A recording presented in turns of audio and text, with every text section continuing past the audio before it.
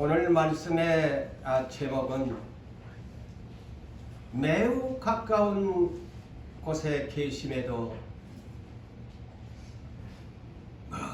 이 계신 주님처럼 아버지처럼 아까도 우리가 나의 아버지 불러만 봐도 그 이름 불러만 봐도 눈물 나고 기쁜 아버지가 나와 가장 가까운 곳에 계심에도 이 계신 아버지요 주님처럼 생각하고 믿는 우리의 생각이 많습니다.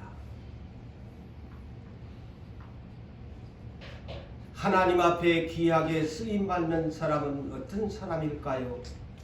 우리 올해의 표어가 그것인데 순종하는 사람이 귀하게 쓰임받습니다. 아무리 하나님의 말씀을 주옥 같은 하나님의 은혜의 말씀을 들어도 정작 하나님께서 여러분들에게 요구하는 명령을 하셨을 때에 노 아닙니다. 나는 할 수가 없습니다. 이렇게 말하는 사람은 주님에게 그가 아무리 10년, 20년, 50년은 늙어 죽을 때까지 예수를 믿어도 그 양반은 귀하게 쓸 수가 없지요. 하나의 쓸모없는 가치없는 흙의 존재에 불과할 뿐입니다. 내가 쓰임받으려면 진실로 내가 언제든지 어떤 말씀을 주시더라도 주여 내가 여기 있어요. 아버지 나에게 맡겨만 주세요. 내가 하겠습니다. 예수님 나 당신 사랑합니다. 사랑하기 때문에 내 무엇이든지 할 수가 있어요.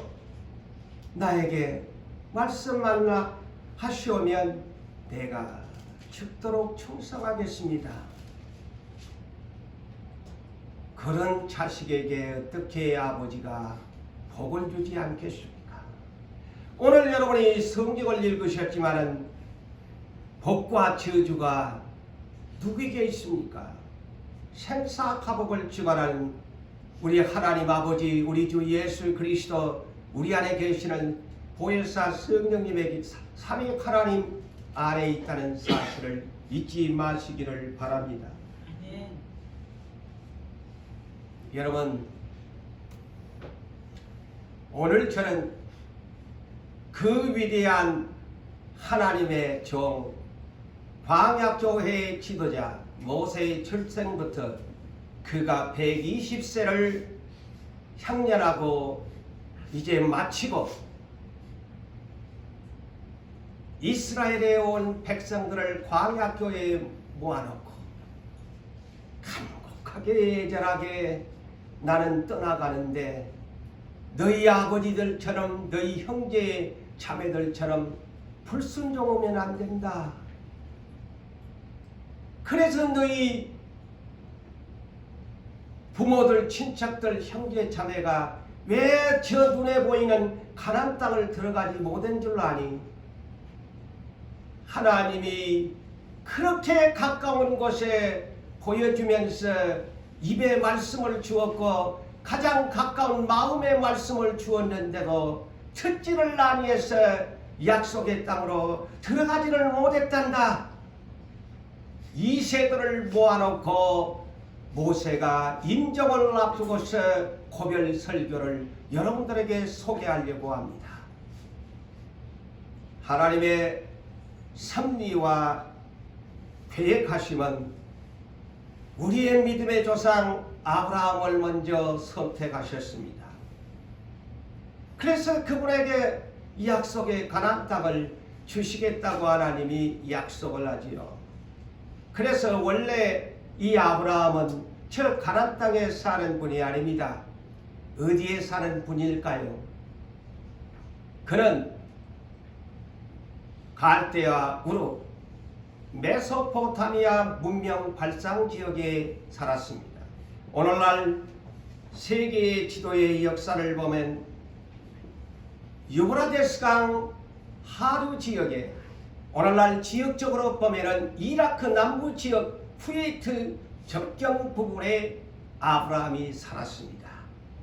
그런데 이분을 하나님께서 믿음의 조상으로 불러가지고서 그 자손을 통해 가지고 이스라엘이라는 나라를 형성시켜서 세계 가운데 그 민족으로 성경을 주어서 모세의 율법을 주어서 그로부터 예수가 태어나게 해서 모든 인류를 구원하는 하나님의 시나리오입니다.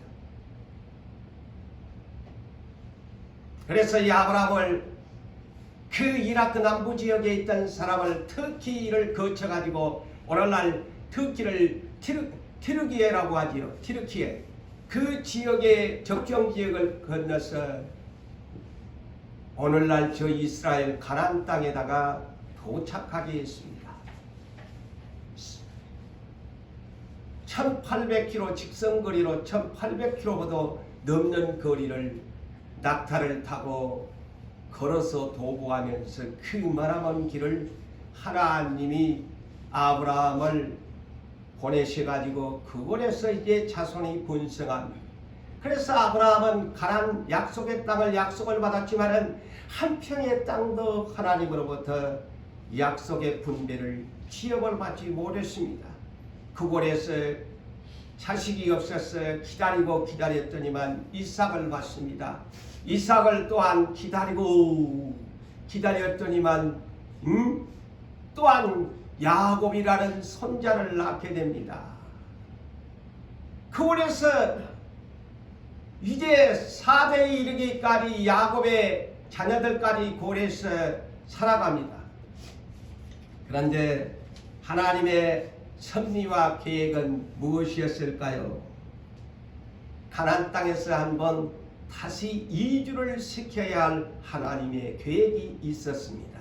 왜 그랬을까요? 여러분이 잘 아는 요셉의 꿈 때문입니다. 요셉이 17세에 꿈을 꿨는데 볕달이 자기에게 절하려고 해와 달, 별이 11별이 절하라는 꿈을 꾸다가 형제들에게 얘기에다가 시기 질투 때문에 이것 때문에 애국으로 팔려가는 노예가 되어버렸어요. 하나님이 주신 꿈 때문에 요셉은 고향 땅을 떠나가야 했고 아버지 곁을 떠나가야 했습니다. 그것도 노예로 팔려가야 했습니다. 그것이 하나님의 계획이었지요. 그런데 요셉이가 애굽에 내려가서 그 고생 끝에 낙이라고 애굽의 유명한 총리가 됐습니다.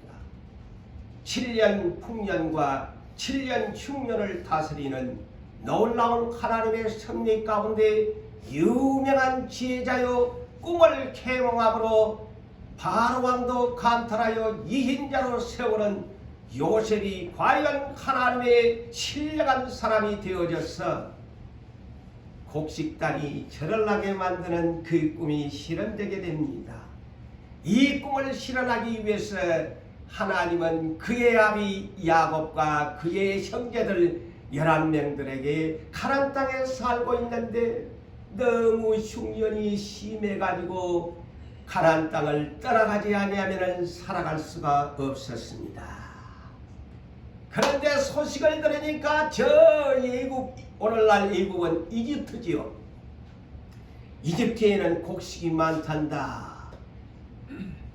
그 소식을 듣고 자식들이 몇 번 갔다가 결국에 야곱도 그가 그토록 사랑했던 요셉을 만나게 되는 곡식단의 꿈이 그 열한 곡식 때문에 요셉 앞에 무릎을 꿇은 형제들의 꿈이 실현되면서 요셉이가 그 형제를 이제 아버지를 데려왔나 해서 야곱이 130세에 70여 명의 자기의 권석을 데리고 애국 땅으로 흉년을 피하기 위해서 요셉이 있는 곳으로 이집트로 내려갑니다. 그곳에서 어디에서 사느냐? 고센 땅. 고센 땅은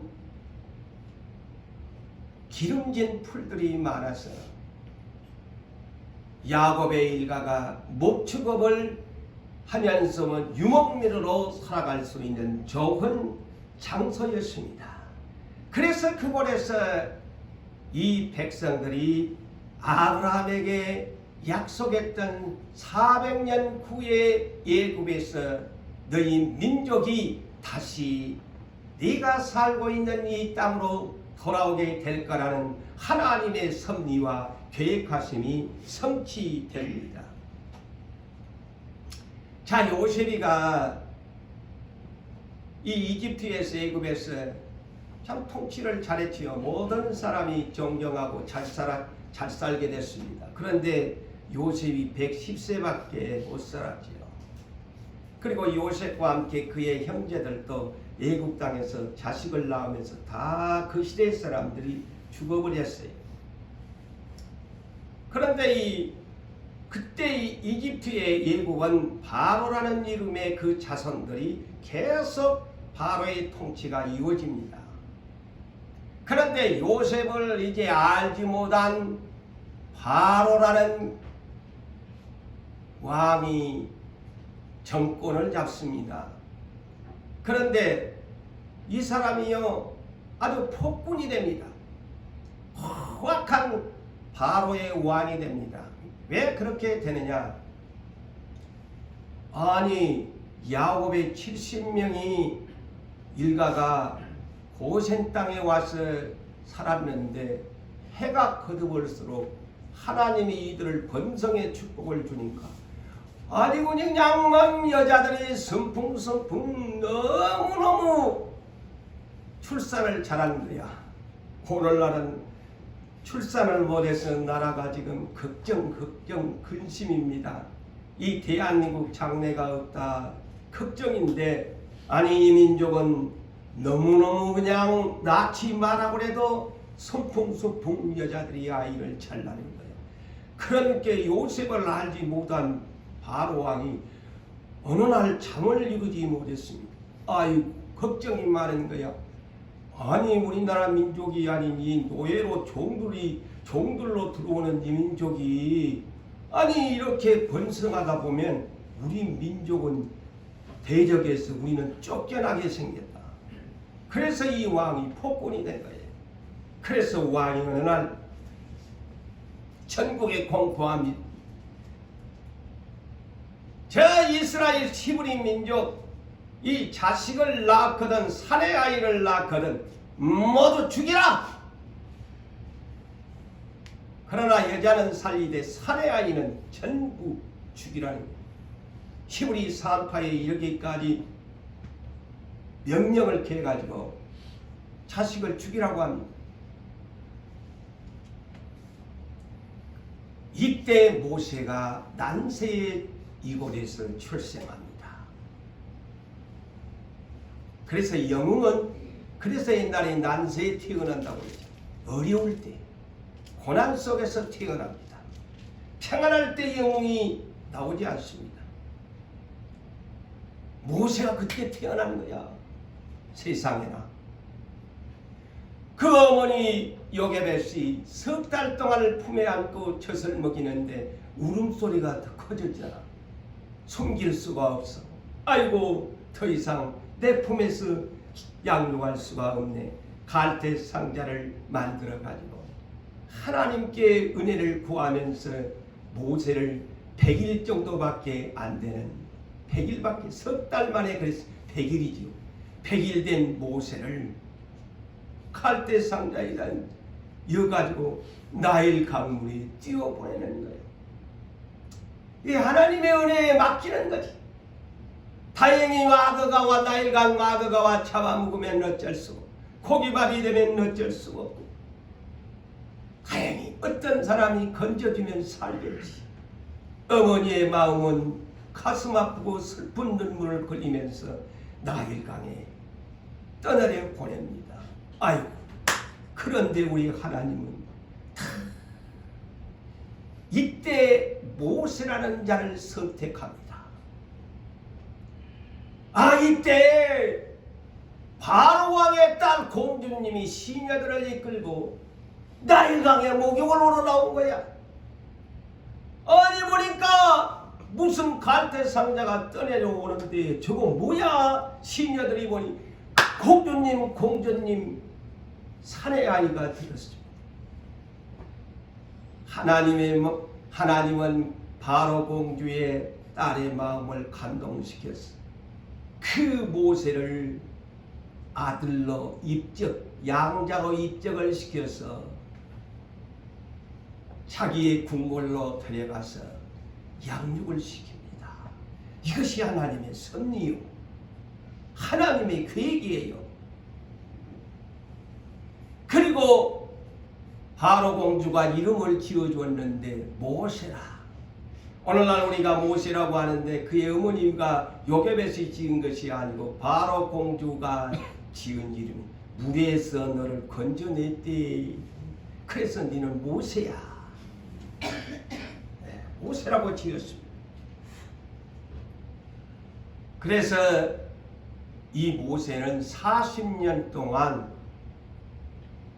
아니 그의 아버지는 히브리 민족은 무조건 태어나면 사내아이 죽이라고 했는데 그의 딸은 이 자식을 갖다가 키웠다는 거 아닙니까? 그러니까 참 하나님의 이 섭리는 놀라운 섭리지요. 애굽에서 모세는요 너무 행복하게 자랐어요. 고생 없이 40년을 살았어요. 애굽의 언어를 배우고 학문을 배우고 그것도 궁궐에서 모든 문화를 배웠다는 거 아닙니까? 그래서 이제 모세가 40세가 됐어. 어느덧 40년이 흘러서 어느 날 이제 장성한 사람이 돼가지고 궁궐을 나와서 노역장 많은 사람들이 히브리 민족들이 애굽의 군사들에 의해서 남셋이 건축되고 있는 현장을 가서 보게 됩니다. 그런데 어느 날 그 자신이 애굽 사람인 줄 알았는데 자기 자신이 히브리 민족인 것을 알게 됩니다. 내 피는 이 애굽 사람이 아닌 히브리 민족이야. 그런데 히브리 민족인 노예가 되어가지고 애굽 사람에게 두들겨 맞고 학대받는 것을 도무지 참을 수가 없어. 아니 저놈이 우리 민족 동족을 저렇게 두들겨 패고 학대를 하다니 해서 그냥 모세가 얼마나 아마 힘이 센 것 같아. 그 애굽 군사를 그냥 쳐가지고 죽여버린 거야. 살인자가 됐어. 그 뒤에 이것이 발각해가지고 궁궐에서 도망갈 수밖에 없습니다. 40년을 고을에서 행복하게 자랐는데 왕자님으로 대우받으면서 살았는데 왕자님이 이제 도망가는 신세가 됩니다. 자, 하나님이 40년을 행복하게 살아봤지. 너 이제부터 내가 낮출란다. 이 길로 도망을 가는데 어디로 도망간다요? 미디안 광야. 오늘날 지도상으로 보면 사우디아라비아 북부 지역입니다. 그곳까지 도망가. 그 미디안 광야에 가서 또 40년을 처가살이를 합니다. 아무것도 없이 도망갔으니 그 집에 가서 무슨 일을 했을까? 야곱처럼 양치는 삶을 40년을 했어요. 양새끼 한 마리도 자기 권한이 없어. 자기 장인의 양을 쳤더라 그랬어요. 그 대신 그 고을에서 결혼해서 두 아들은 낳았죠. 40년 소망도 꿈도 없이 왕자님이 벌써 80세가 됐네. 장인 밑에서 양이나 치고 날마다 양들 데리고 지팡이 하나 잡고 이것저것 떠돌아다니면서 풀밭이 어디 있는가, 어디가 풀이 많아서 이 양떼들을 먹일고, 그런 연구하며 생각하면서 살아가던 어느 날 호렙산에 하나님이 모세야, 모세야야야야야, 떨기나무 불꽃 가운데 이제 나이가 늙어 80세가 된 모세를 부릅니다. 모세야, 내가 여기 있다.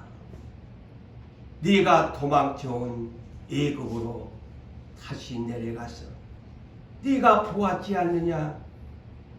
네 백성이 얼마나 고역을 당하고 얼마나 압제를 받고 있는 것을 네가 보았지 않느냐? 네가 건져내라, 구원해내라.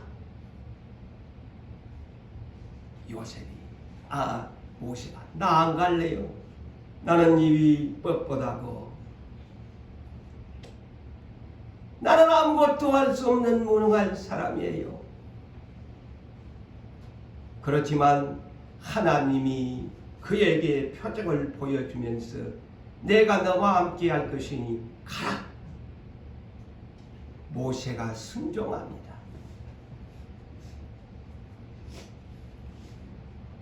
자, 모세에게는 옆에 힘이 되도록 자기의 혈연관계인 형 아론을 만나게 하나님이 줍니다. 그리고 그의 누나 미리암, 이 3남매가 그 위대한 광야교회 지도자들로서 출애굽을 시키고 광야교회를 이끌어가는 놀라운 하나님의 섭리의 계획이었습니다. 그래서 이제 모세도 자기 형 아론이 있지요, 자기의 누나 선지자 미리암이 있지요, 든든한 이제 백그라운드를 가지고 모세가는 바로 앞에 서서 마침내 이스라엘을 10가지의 재앙을 내려서 출애굽을 시키게 되어가지고 하나님이 약속한 믿음의 조상 아브라함에게 약속한 가나안 땅으로 이제 다시 돌아가기를 시작했습니다. 그래서 모세는 또한 시내산에 와서 하나님을 통해서 모세의 율법 10계명을 받게 되어집니다. 자, 그들은 가나안 땅을 이제 눈앞에 보게 됩니다.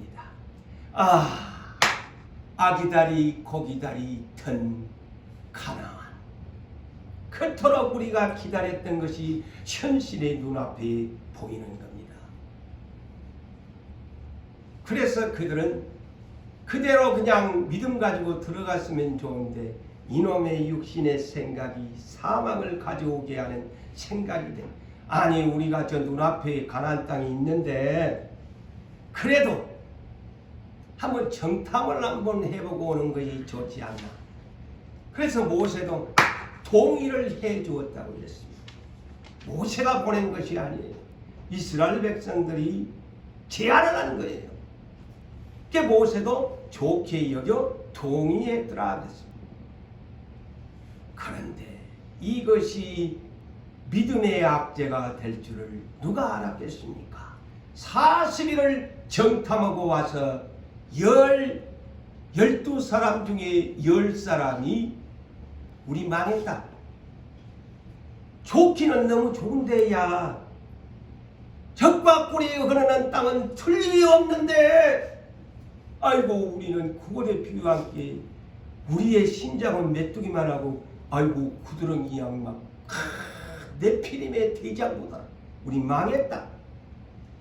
아이고나 세상에, 이런 얘기를 10사람이 명색이 이스라엘의 지파를 대표하는 수장님들이 그런 보고를 하니까 이스라엘의 온 광야교회는 눈물바다가 되어버리고 맙니다. 그래서 말이라는 것이 이렇게 무섭습니다. 사람을 죽이고 살려요. 행복한 말은 행복을 주지만 절망의 말을 하는 사람이 옆에 있으면 내가 망해요. 여러분 친구도 잘 사귀세요. 부정적인 말한 사람 사귀지 마세요. 내 인생 망칩니다. 맨날 비판하고 조롱하고 평가하는 사람이었으면 내 자신도 모르게 그 사람과 더불어 모든 사람 비판하고 평가하고 못된 소리만 합니다.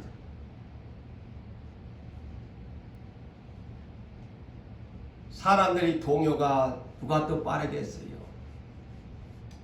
여자들이 빠르지. 아니 남정네들이 모아가지고 그런 소리를 하니까 여자들이 가만히 있겠어요? 밤새도록 방성 대곡을 하고 땅바닥을 치고 우리 망했네. 우리 자식 망했네. 애굽으로 돌아가자. 모세와 아론을 돌로 쳐 죽이려고 합니다. 다른 지도자 세우자. 우리 애굽으로 다시 돌아가자. 우리 망했다.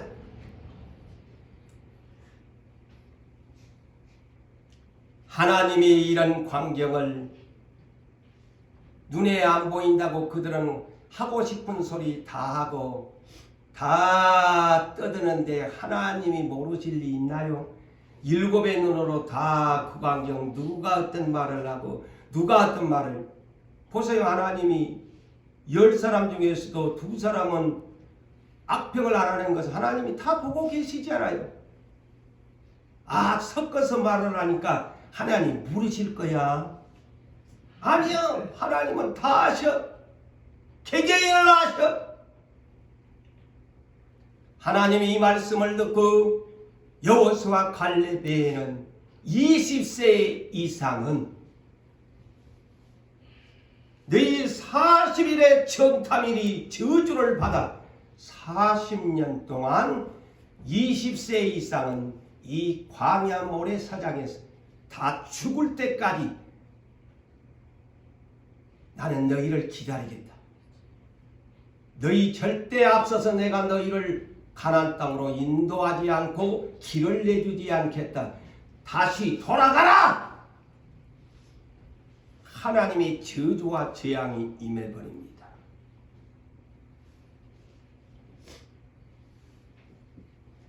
그 세월이 40년을 또 기다려야 돼.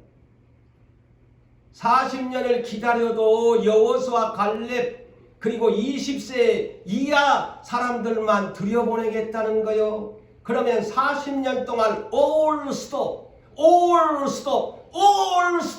광야에서 멈춰 있어야 돼. 세상에 이런 비극이 어디 있습니까? 자, 모세도 이제 그 형도 그 세월에 나이가 들어서 아론도 죽었습니다. 선지자 노릇하는 그의 누나 미리암도 죽었습니다. 3남매가 이스라엘을 이끌어왔는데 이제 모세도 벌써 나이가 120세가 되었네요. 혼자 남았습니다.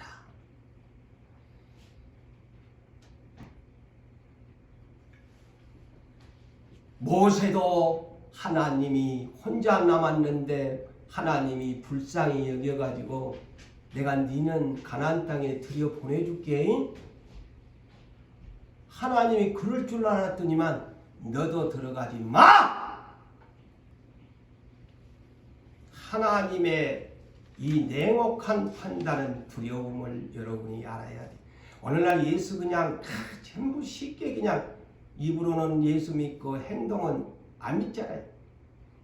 그러면서 다 천국 간대. 그거는 자기 생각이지.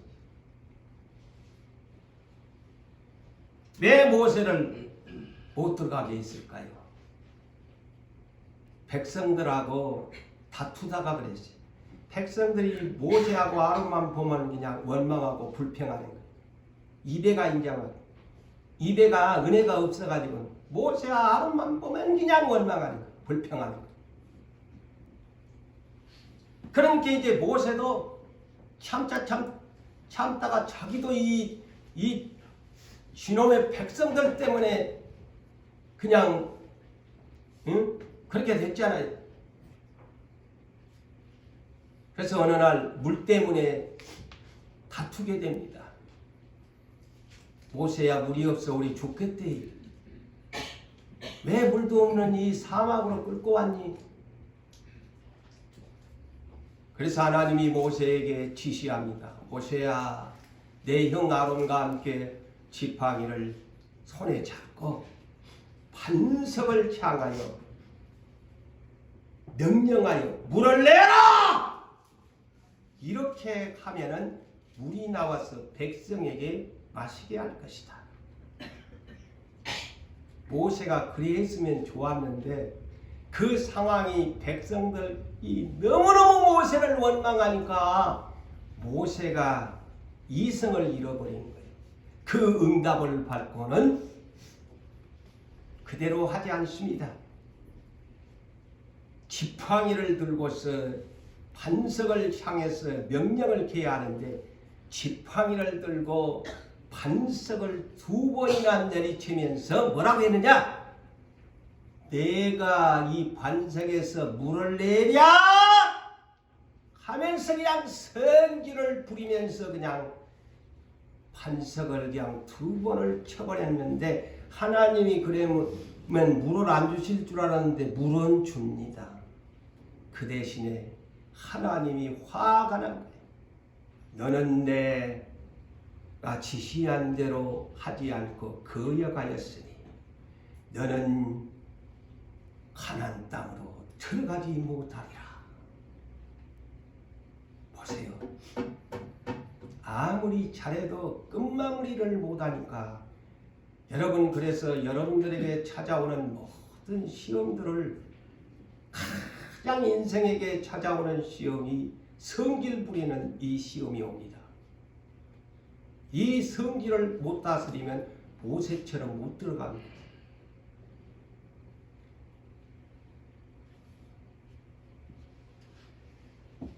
자, 모세의 인생 어찌 보면 아깝지요. 하나님의 섭리는 40년 동안 갈대상자에서 궁중생활을 해서 애굽으로 보내시기 위해서 궁중에다 미리 가서 그 모든 문화를 배우게 하고, 그 다음에는 이제 하나님의 이 연단을 보십시오. 미디안 광야 사막에 가서 앞으로 40년 동안 목회를 해야 되니까 광야에 가서 양치는 이 목회를 배우게 합니다. 그러잖아요.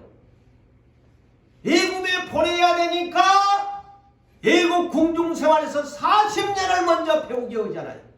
이게 배워야 돼. 무식하게 목회 못한다는 거예요. 모세도 그래서 또 양치는 법을 가르치기 위해서 40년을 미디안 모래바람에서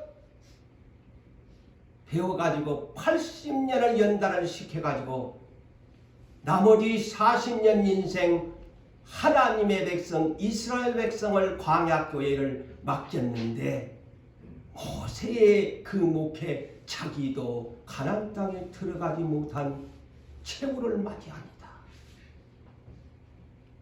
그리고 1세들은 광야에도 들어가지를 못합니다.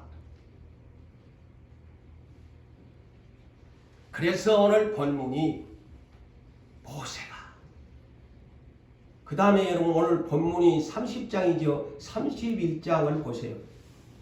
모세가 고백한 내 나이가 120세다. 내가 이제 출입할 수도 없고 하나님이 나더러 가나안 땅에 들어가지 말라고 한다. 얼마나 서러운 내용입니까? 120년을 이렇게 하나님이 준비를 시켰는데 모세는 못 들어갑니다. 보고 싶었지만은 가지를 못합니다. 그래서 오늘 이 본문은 어떤 내용일까요? 이제 40년이 돼가지고 자기와 함께 온 20세 이상은 다 그 자리에서 죽었습니다. 모세도 그래서 이제 죽음이 돼서 누구한테 이 설교하는 내용이요? 2세들을 앉혀놓고 설교하는 내용입니다. 1세들은 40년이 지났으니까 다 죽은 거야. 이제 그래서 모세가 고별적인 설교입니다. 나도 떠나간다. 나도 이 모래사장에서 죽어야 한다. 그래서 11절에 내가 오늘 너희에게 명령하는 이 명령은 너에게 어려운 것도 아니란다. 먼 것도 아니란다. 잘 들으십시오. 그렇게 하나님의 말씀이 너희에게 너희 아버지나 너희 친척들에게 주었는데 이 세들아 잘 들어라. 어려운 것도 아니었는데 먼 것도 아니었는데 하늘에 있는 것도 하늘에 있어서 너희가 이르기를 누가 우리를 위하여 하늘에 올라가 그의 하나님의 명령을 우리에게 가지고 와서 우리에게 들려 행하라고 하는 말씀도 아니었고 이것이 바다에 있어서 바다에 가서 누가 가서 바다에 가서 그 명령을 가지고 와서 우리에게 들려서 행하라고 하는 말씀도 아니었다. 오직 그 말씀이 너에게 매우 가까운 입에 있었고 내 마음에 있은즉 너가 이를 행할 수 있느니라. 그러지요. 오늘 이 종의 입에 말씀이 있고 여러분 다 오늘날 예수를 믿는 사랑하는 성도 여러분들이요. 오늘날 몇십 년을 예수 믿었으면 이제 여러분의 입에 말씀이 있습니다. 여러분 마음에 말씀이 많이 있잖아요. 그 말입니다.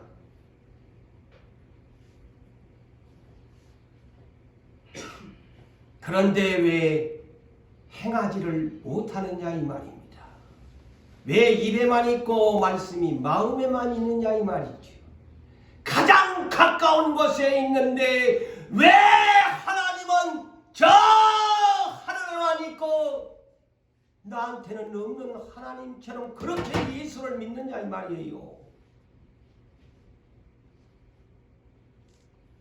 에레미야 23장 23절에도 이렇게 말씀합니다. 여호와의 말씀이니라 나는 가까운 데에 있는 하나님이요. 똑같은 말씀.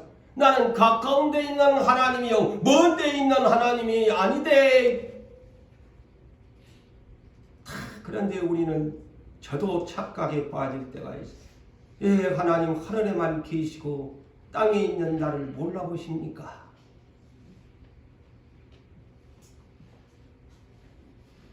자, 우리가 주기도문도 그러지. 하늘에 계신 우리 아버지여 이름이 거룩히 여기심을 받으시오.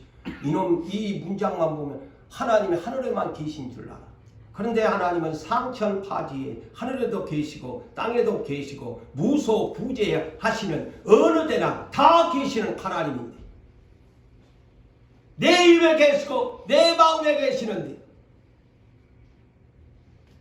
여러분이 가지고 있는 성경 66권의 하나님의 말씀 오늘날 여러분들이 가지고 있는 성경 가장 가까운 곳에 내 눈이 성경에 있고 하나님의 말씀이 여러분의 입에 있고 마음에 있지 않습니까? 그래서 요한복음 1장 1절에 태초에 말씀이 계신데 그 말씀은 하나님과 함께 계시고 말씀은 하나님이시라. 히브리서 4장 12절에도 하나님의 말씀은 살아 활력이 있어 좌우에 날선 어떤 건보다도 예리하여 혼과 영과 관절과 골수를 찔러 쪼개고 내 마음의 생각과 뜻을 판단하시는 하나님이시다. 이렇게 우리가 알고 있습니다.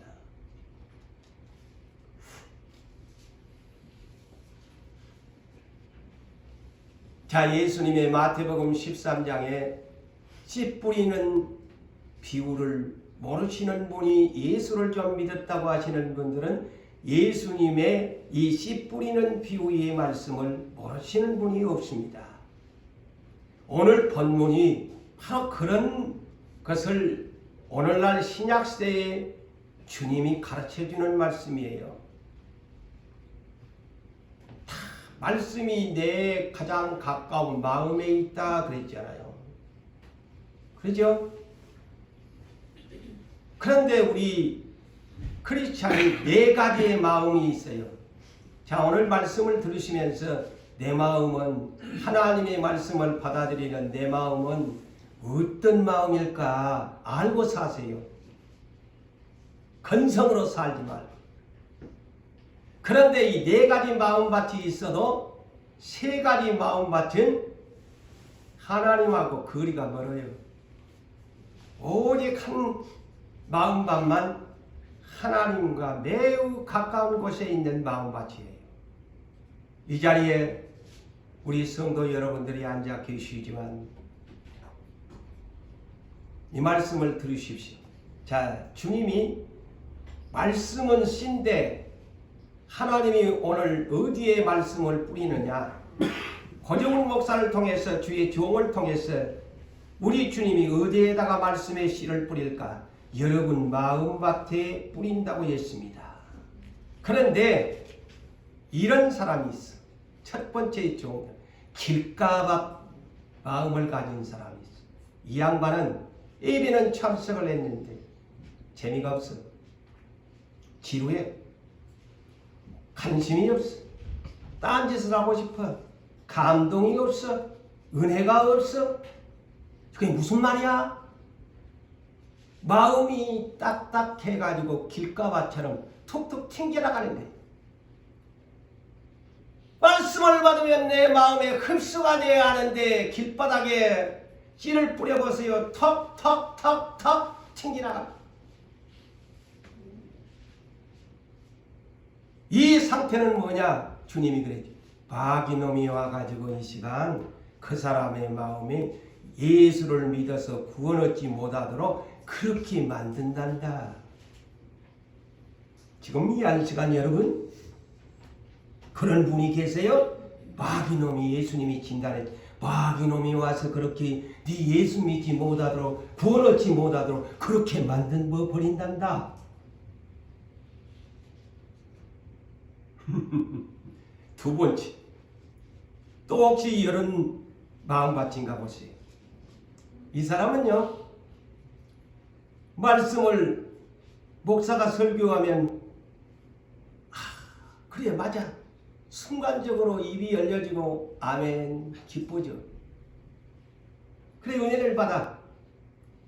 그런데 이 양반은 은혜는 받기는 받는데 씨를 땅에다가 뿌려놨으면은 뿌리가 나야 돼, 안 나야 돼? 콩나물도 물을 주면 뿌리가 나갖고 밑으로 내려가는데 이 양반은 뿌리를 못 내려. 응? 어찌된 발인지 뿌리를 못 내려. 오늘 예배 와서 아이고 목사님 설교 좋네. 그래 맞아 아멘 해놓고 돌아서면 콩나물은 뿌리라도 내리는데 이 양반은 또 돌아서면 아이고 무슨 뿌리를 내려. 대살기도 힘드는데 시험이 오니까 뿌리가 없으니까 그냥 넘어지고 배반하는 마음밭이야. 응? 그러니까 뿌리 없는 식물이 꽃을 피울 수가 있나? 자라날 수가 있나? 몇십 년 예수 믿어도 헛방이야. 세 번째 밭, 거의 이런 밭들이 유형이야. 자, 예수 몇십 년 믿었어. 이 양반 뿌리는 내렸어. 그래가지고 잎이 나고 줄기가 나. 그런데 문제가 있어. 너무 이 양반은 은혜는 받기는 받았는데 뿌리는 내렸는데 잎토라고 줄기도 난 것 같은데 이놈의 이 양반 옆에는 뭐가 있냐면 가시던 뿌리 그렇게 많아. 그러니 곡식이 자라나서 열매는 가시던 뿌리 쌓여 있으니까 그늘 밑에 있는 거야. 그 가시던 뿌리 뭐냐? 예수님의 비유에 다 세상 염려가 많다. 이 가시던 뿌리.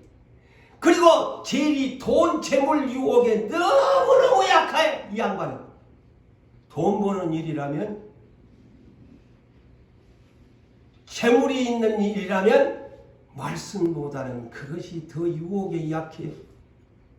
그리고 노세, 젊어서 노세, 늙어지면 못 노는데 여행 갈 일이 있으면 그냥 향락에 빠져가지고 일락에 빠져가지고 예수가 뭔지도 모르고 그냥 놀러 다니기에 바쁜 사람.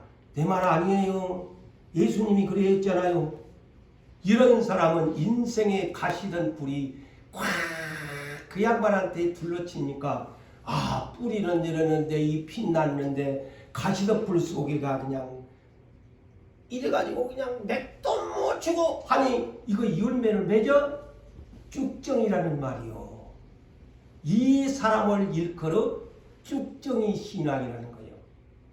그 마지막 네 번째는 이것이 이제 우리의 과제예요. 평생 듣고 지키고 인내로 결실하여 이발선 좋은 말, 착하고 좋은 말, 옥토 좋은 땅이다.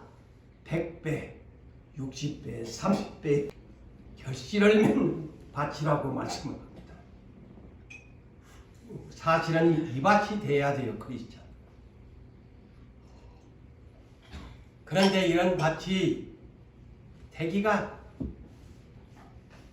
하나님이 그렇게 기다리는데 참 길가 막히고 1년을 씨를 뿌려줘도 10년을 씨를 뿌려줘도 30년 36년을 씨를 뿌려줘도 가시던 불 속에 자라나지도 못하고 열매도 못 맺는 쭉정이로 사니 우리 하나님 아버지가 보니 한심하기 짝이 없지 않겠어요? 그래서 세상에서 가장 지켜야 될 것이 뭔 줄 아세요? 우리 집에 오늘 도둑놈 지켜야 되는 열쇠 잠그고 갔잖아요. 자동차도 누가 할까 싶어서 다 잠그고 왔잖아요. 우리가 지킬 만한 것은 다 지키면서 살잖아요. 내 행여나 조그마한 동전 하나 빠질까 싶어서 이 호주머니에 구멍이 뚫렸나 아이고 빠질까 싶어서 이렇게 하는데, 정작 하나님의 자녀는 마음같이 좋아야 복을 받는데 이 마음은 지킬 생각은 안 해. 그래서 잠언서 4장 23절에 무릇 지킬 만한 것 중에 뭐를 지켜라? 내 마음을 지키라. 왜? 생명의 근원이 이에서 남이기 때문이라. 생명이 마음에서 난대요. 그런데 뻘군 데에다가 자꾸 지키는 일은 하고 자기 마음은 개판이 되든 와두놈이 와서 여기서 축구차고 여기서 댄스홀을 차리든가 말든가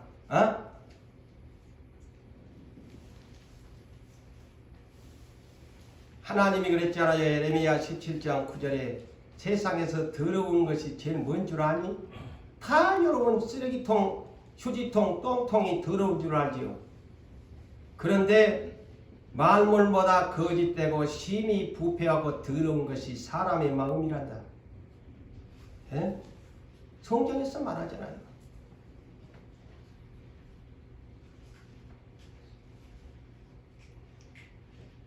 그런데 우리 마음에 이 더러운 똥통 같은 이 부패한 마음에 하나님이 와 계시다는 것을 아십니까?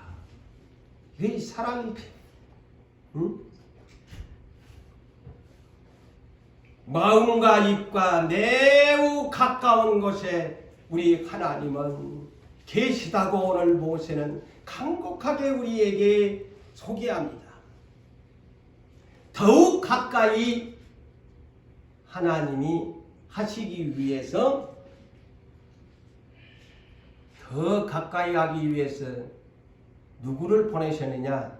삼위 하나님 가운데 성령님을 여러분들에게 보내셨습니다. 할렐루야. 그래서 고린도후서 1장 22절에 그가 또한 우리에게 도장을 찍으시고 보증으로 우리 마음에 성령을 주셨느니라. 우리 마음에 가장 가까운 곳에 성령님이 와 계세요.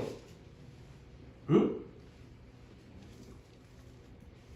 또한 고린도후서 3장 2절에서 3절의 말씀을 보면은 너희는 우리의 편지라 우리 마음에 썼고 무사람이 알고 읽은 바라 너희는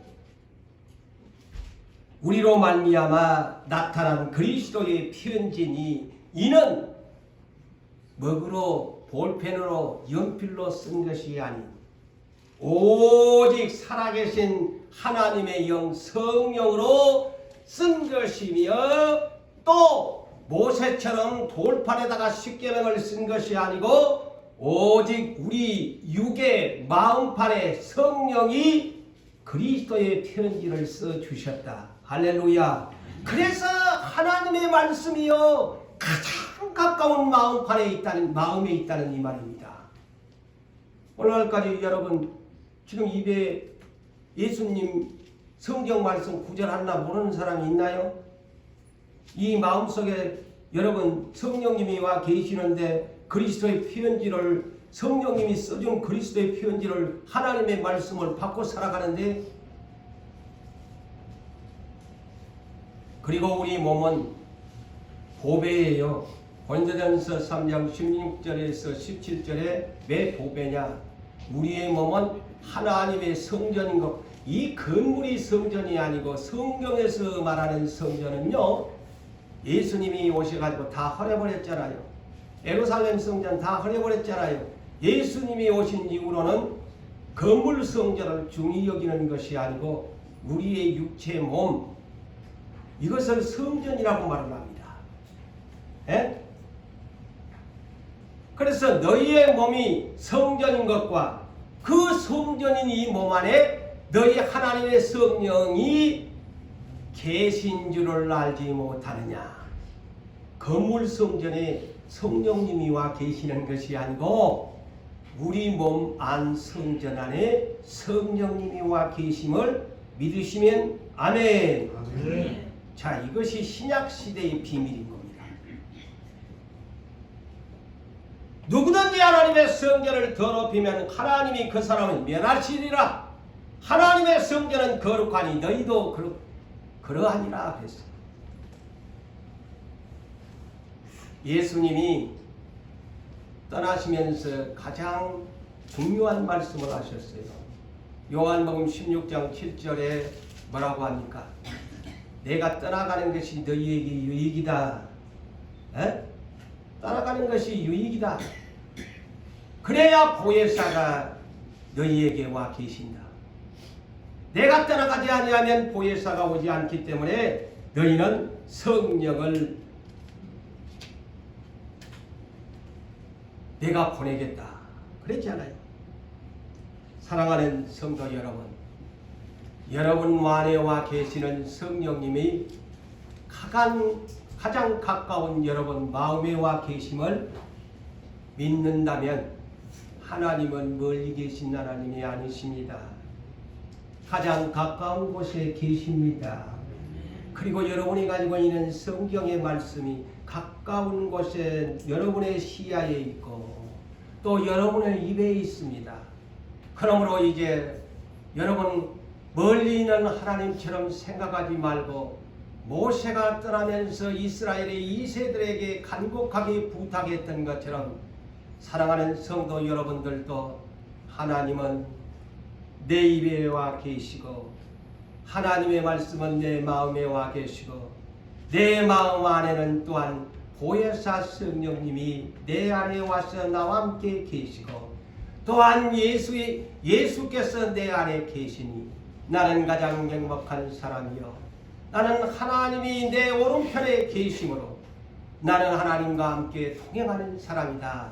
이런 믿음을 가지시고 하나님이 어떤 말씀을 주시더라도 이제는 멀리 있는 하나님처럼 보이지 아니하는 하나님처럼 생각하지 말고 내 입에 하나님이 와 계시고 내 마음에 하나님이 와 계시고 내 마음에 성령님이 계시니 나는 모든 것을 할 수 있다. 주님 이제는 내가 순종하겠습니다. 주님 나는 이제 주님의 말씀 위에서 따라가겠습니다. 오늘 15절로 20절의 말씀의 결론이 뭡니까? 하나님의 말씀은 어려운 것도 아니고 먼데 있는 것도 아닌데 생사법을 너희 앞에 주었는데 너희가 이것을 가까이 하면은 지키면은 너희가 번영하고 축복하고 범사가 잘 때는 복을 얻지만은 너희가 이 말씀을 무시하고 지키지 아니하면은 너희는 망하리라. 망하리라. 축복과 저주가 하나님께 있으니 가장 가까운 것 너희의 입에 말씀이 와 계시고 너희 마음판에 와 계시니 모세는 마지막 여러분들이여 순종하기를 원한다고 고별 설교를 마칩니다. 사랑하는 성도 여러분들이여 오늘부터 내 입에 내 마음판에 내 마음에 성령님이 와 계심을 가장 매우 가까운 곳에 계심을 믿고 확신과 신뢰를 가지고 절망하지 말고 미래를 바라보고 꿈을 향하여 나가는 믿음의 사람들 되기를 주의 이름으로 축복합니다.